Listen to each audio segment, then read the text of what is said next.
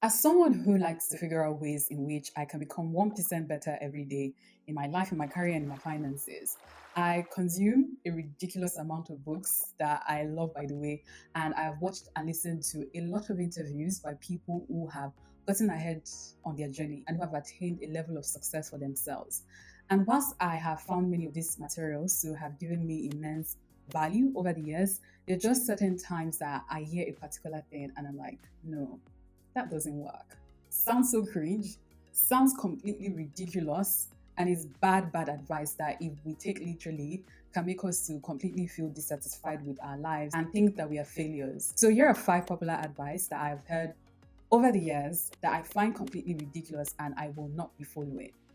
Hard work is the key to success. We live in a world where hard work is overly glamorized. When you talk about not accomplishing something, people are quick to tell you that you need to put in more hard work. And I find this completely ridiculous, especially as someone who grew up in a developing country and moved to a developed country in the early parts of my 20s.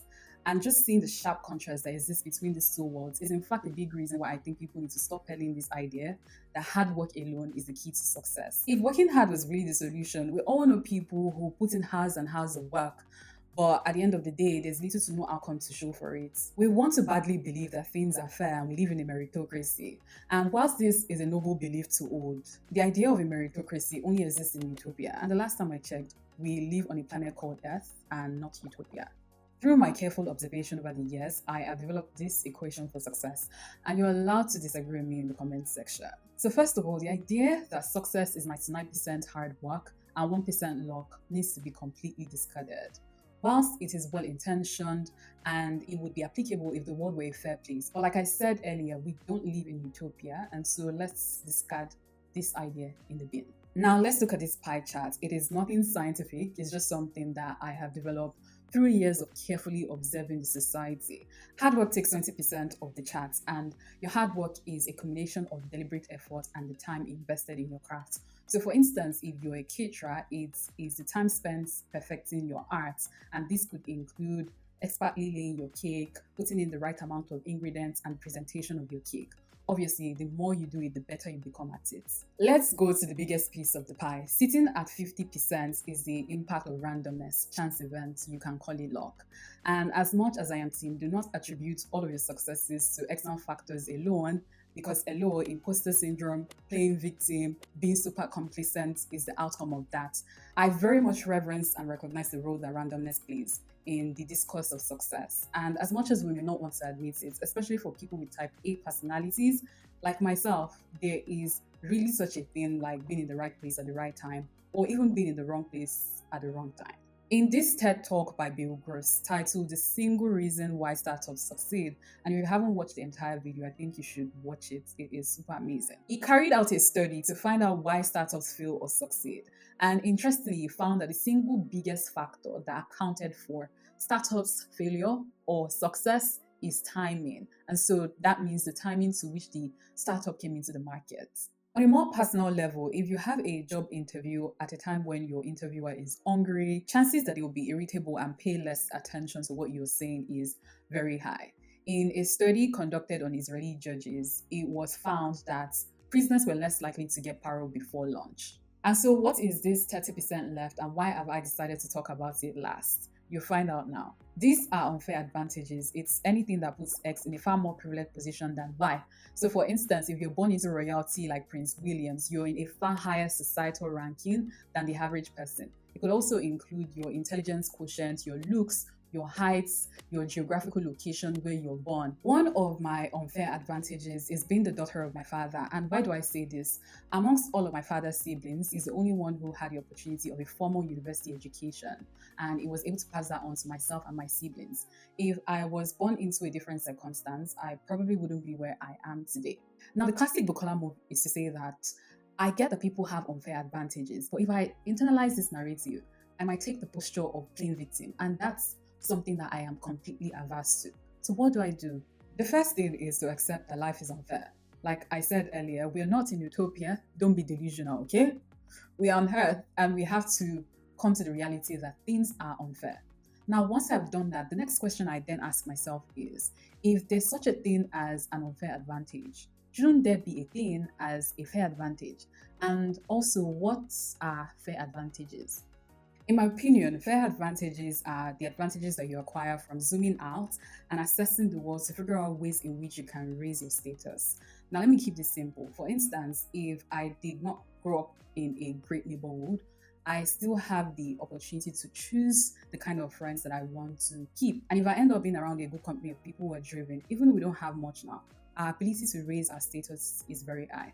And I got this understanding from having a conversation with Emeka Afigbo, who is a director at Okta. He used to work at Meta and Google. Like, he just had an amazing career trajectory. And he mentioned to me that majority of the roles that he had gotten was as a result of the friends that he had kept from the university days. And even at that time when he was learning to code on paper, he did not have access to many things, but he could choose his company of friends. And over time, it ended up becoming a fair advantage to him. On this topic of fair advantages, we can also talk about good grooming. So you may not have been endowed with this thing called pretty privilege, but being able to put yourself together, dress neatly, walk confidently, use a nice scented perfume, dress properly, all of these things combined together can also be an advantage that you can acquire. So I may not have a lot of unfair advantages, but I can create multiple fair advantages for myself that has the capacity to shrink my unfair advantages, although not completely. You can't shrink it entirely, but to a very large extent. Obviously, the conversation around unfair and fair advantages is something that I like to talk about, and I'm looking to dedicate a specific video just breaking down and dissecting the concept so that we can take something actionable from it. If this is something that you like to watch, let me know so that I can create the video. So yes, hard work is not the only key to success. Success involves a combination of so many other factors, and hard work is just a fraction of the pie. Quitting is for losers. I think it's high time we sunset this idea that quitting is for losers. It's getting boring and still, and I discussed this in a lot more details in an earlier video. You can check it out here. Now, this is not a pay slip for you to quit things at the slightest inconvenience. No, this is more to shatter the idea that we should continue at things just because of longevity alone, even when other factors don't feel right. And I also think that one of the other reasons that people stay at things, even though they should be quitting, is because of the big fear of the unknown. So let's talk about longevity and the fear of the unknown. Studies have shown that the longer we do something, the more invested we are in that thing, and the less likely we are to switch gears, even though continuing that thing does not make any logical sense. And this is a cognitive bias that is called sunk cost fallacy. So let me give an hypothetical example. You studied engineering in university for 5 years and you have now been certified by the Engineering Society to practice engineering. Now you've done your market research and you can see that engineering jobs are shrinking, engineering is not as lucrative as it used to be, and the path to progression is steep. And let's be honest, you probably don't even like engineering and you had only studied it because that's where all the smart students seem to be running to. Sunk cost fallacy will tell you that since you've started engineering, you spent 5 years doing it, you've been certified by the Engineering Society, then you have to continue. So probably take your master's and still keep applying for these jobs, even though you don't like it. Just continue to do it because you've started with it. And I think that idea is completely misleading, especially because I don't think we're a monolith of one thing. I think we're multidimensional and we can always make a choice to decide to deviate and move to another path that seems to be more aligned. I first stand seeing people coast on things when they can just be honest with themselves and say, okay, this thing is no longer working. Let me see what else I can do, or let me see how I can revamp this thing to make it work. Instead, it's just that I have started and I have to complete it in this way. And I've been in that situation, so this is something that hits home. The fear of the unknown. I grew up hearing that the devil you know is better than the angel you don't know. And in my early 20s, I realized that this is completely untrue. Now, the devil you know is not better than the angel you don't know.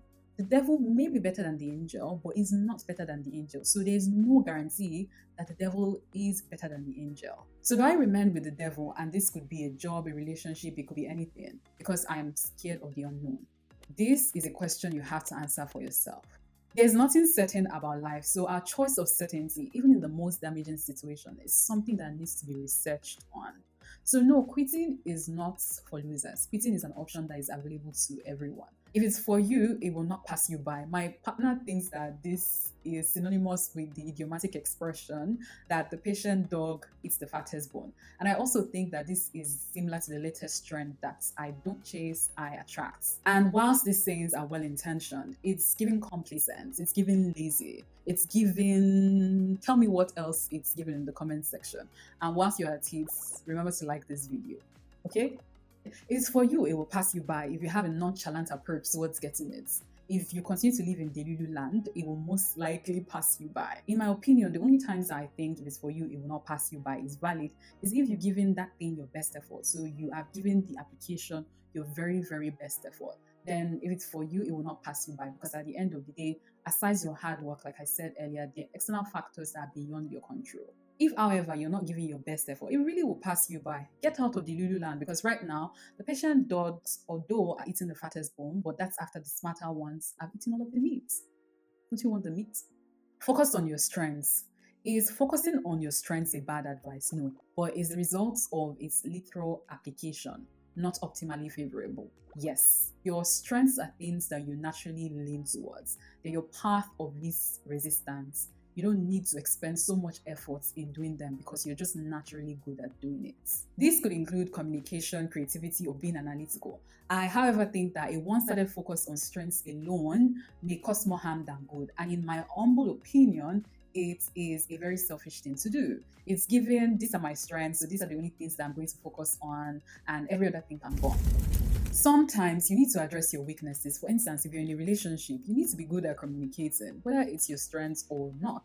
You need to learn how to be a good communicator if you want your relationship to be less tense. Also, there are certain skills that are just required for you on a macro level to excel, whether or not they are not your default strengths. And communication is one of those skills. In whatever space that you're in of late, you need to have a good command of words. You need to be able to express yourself properly. And so if it's not your strength, it's something that you need to learn to develop. Empathy may also not be your strength, but if you must be a good leader that leads conscientiously, you must learn how to be empathetic. If you don't have it, you can learn it. So no, I'm not taking this advice literally because I think it's a ridiculous thing to just over anchor on your apparent strengths and neglect the other things that are required for you to thrive as the well-rounded creative or the well-rounded leader that you are or you want to be. Fake it till you make it. The amount of time that I see people faking it instead of making it make it is completely bizarre. The same time that you're spending putting up that front can actually be spent doing the things that will make you make it. A certain level of fakeness is completely fine. We've all been there.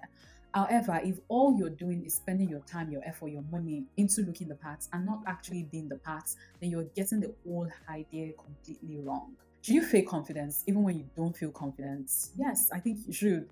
I've done that, I do it so many times because I don't think you can always be your best self all of the times. So if you're not confident, fake confidence because you still need to show it up regardless of whether or not you are in your feelings.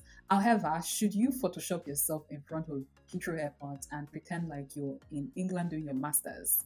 I think the ideal answer is no. And if you think the answer is yes, then you probably need to have a conversation. Interestingly, I asked ChatGPT why I would rather fake it, and it gave obvious reasons like external validation, peer pressure, and societal recognition.